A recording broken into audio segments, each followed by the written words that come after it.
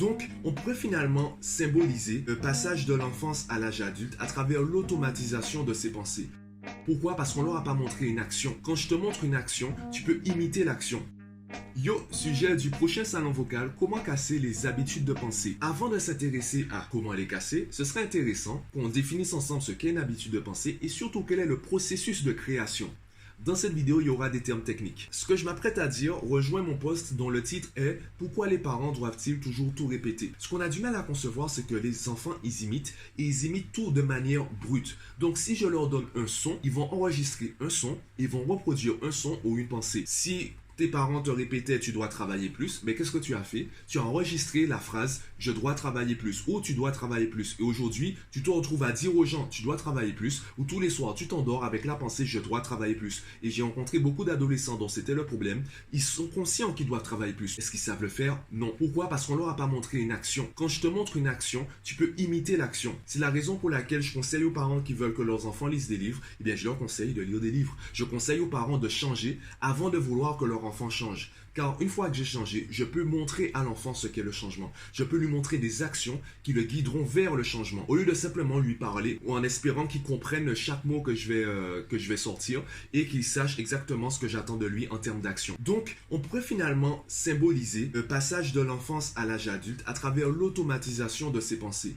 Une fois que j'arrive en fait à avoir un discours interne sans stimulation extérieure, si j'arrive à développer certaines pensées sans que mes parents aient besoin de les stimuler, eh bien, je commence à devenir un adulte en termes de pensée, en termes d'habitude de penser, parce que j'ai déjà en fait ma routine. Mon subconscient est suffisamment formé pour m'aider en fait à m'en sortir dans la société. Après, c'est une question d'expérience, de recul, de niveau de connaissance dans des domaines, etc.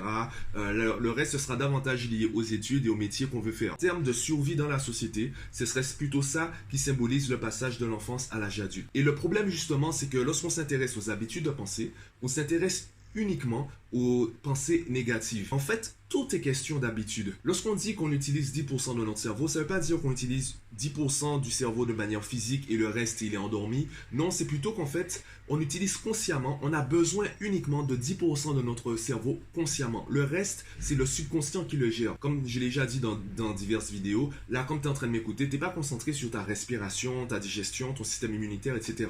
Tout cela est géré de manière inconsciente par ton cerveau. De la même façon, ton expérience de la réalité sera davantage analysée par ton subconscient. Donc c'est plutôt ton subconscient qui va vivre la réalité. Toi, tu auras une infime partie, ce que ton subconscient acceptera de te laisser traiter. Donc, il est très intéressant de fonctionner à travers des habitudes. Ça nous permet de soulager le travail. Ça nous permet de pouvoir nous concentrer sur ce qui est important pour nous. Ton subconscient, c'est un assistant de direction et tu es le directeur. C'est à toi de lui dire quoi faire. Si tu lui dis pas quoi faire, il va se contenter de répéter ce qu'il sait faire, ce que tu lui as dit par le passé.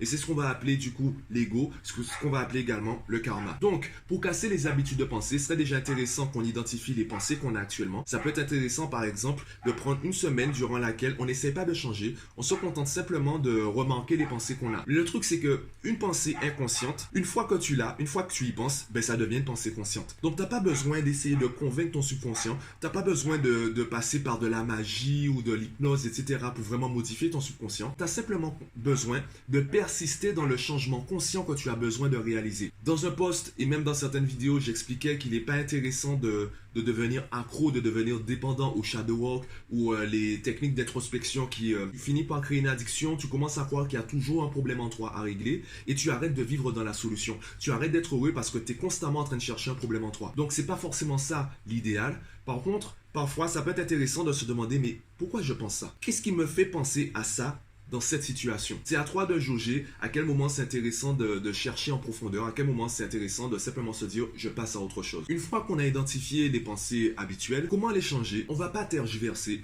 on va pas chercher midi à 14h, on va faire très simple. Identifie d'abord la personne que tu veux être, identifie les pensées que tu veux avoir.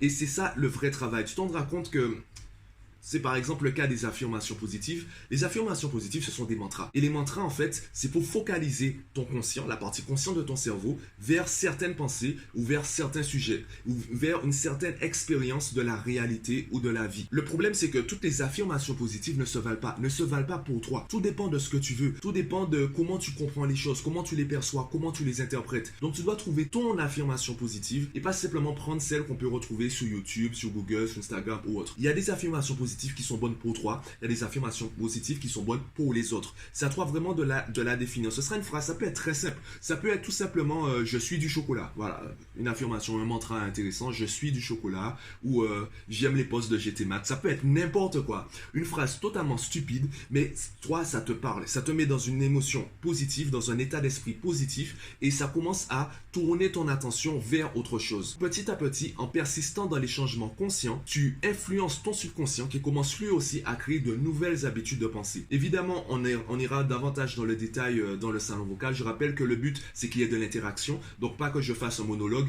Le monologue, je le fais déjà dans cette vidéo. Le but, c'est qu'on puisse interagir, que tu aies des questions, que tu aies des partages, que tu aies peut-être des éléments de contradiction, que tu aies peut-être, tu penses peut-être que j'ai tort. Donc, ça pourrait être intéressant qu'on échange afin que tout le monde puisse grandir de cet échange et qu'on arrive enfin à trouver ce putain de bonheur. Ah oui, laisse un commentaire sous la vidéo pour savoir en fait si le sujet t'intéresse et si la vidéo t'a plu. Et je te donne rendez-vous samedi à 11h au Guadeloupe pour le salon vocal.